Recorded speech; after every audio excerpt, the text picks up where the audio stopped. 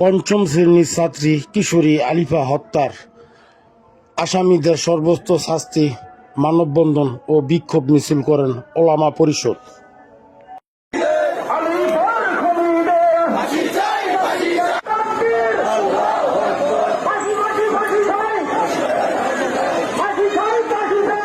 দ্রুত ফাঁসি দেখতে চাই।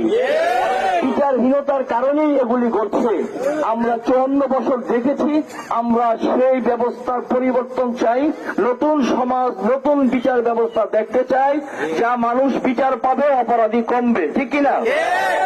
এজন্য আপনারা জানেন, ইসলামের প্রথম যুগে বিচার প্রার্থী ছিল না। বিচারক বলে, আমি যে বাতা নিচ্ছি, আমি আমার কাজটা কি, আমি যে বিচার প্রার্থী পাচ্ছি না। এরকম সমাজ চাই যে বিচারকে বিচার প্রার্থী পাবে না। এখন তো বিচারের জটলা বেঁধেছে, লক্ষ লক্ষ বিচারক নাই। ঠিক কিনা? এই বিচার সমাবেশ থেকে এই সমস্ত খুনি এবং ধর্ষকদের বিরুদ্ধে তীব্র ঘৃণা এবং নিন্দা প্রকাশ করছে। জেলের মধ্যে আটক ছিল, নন বেইলেবল মামলা ছিল, তার জেল হওয়ার কথা ছিল, কিন্তু বাংলাদেশের অসৎ বিচারকরা খুনিদের জামিন দেয়। এই বিচার ব্যবস্থা খুনিদের জামিন দেয়, হত্যাকারীর শেল্টার দেয়। সেই বিচার ব্যবস্থাকে প্রত্যাখ্যান করতে চায় বাংলাদেশে। এই যে আইন শৃঙ্খলা বাহিনী, বন্দরের থানা এখান থেকে মাত্র 5-7 মিনিটের রাস্তা। কি করে এখানে একটা নিষ্পাপ নিরীহ মেয়েকে হত্যা করা হলো, আমি জানতে চাই প্রশাসনের কাছে। আমার সুতরাং আজকে এই বন্দরের সুশীল সমাজ, ওলামায়ে কেরাম, সমস্ত রাজনৈতিক দলের নেতৃবৃন্দ এবং বিত্তবান মানুষকে আমরা আহ্বান জানাচ্ছি, এই নিষ্পাপ, এই নিপীড়িত মেয়েটার পক্ষে আপনারা সবাই দাঁড়ান। ইনশাআল্লাহ আগামী রবিবারে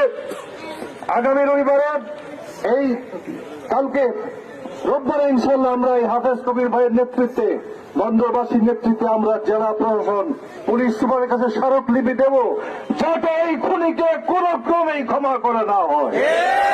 আমরা না এই বন্দর থানার ওসি সাহেবকে বলেছি যে আপনারা তো অনেক কিছু করেন, এই নিরীহ নিষ্পাপ মেয়েটার জন্য একটা কিছু করেন আপনারা।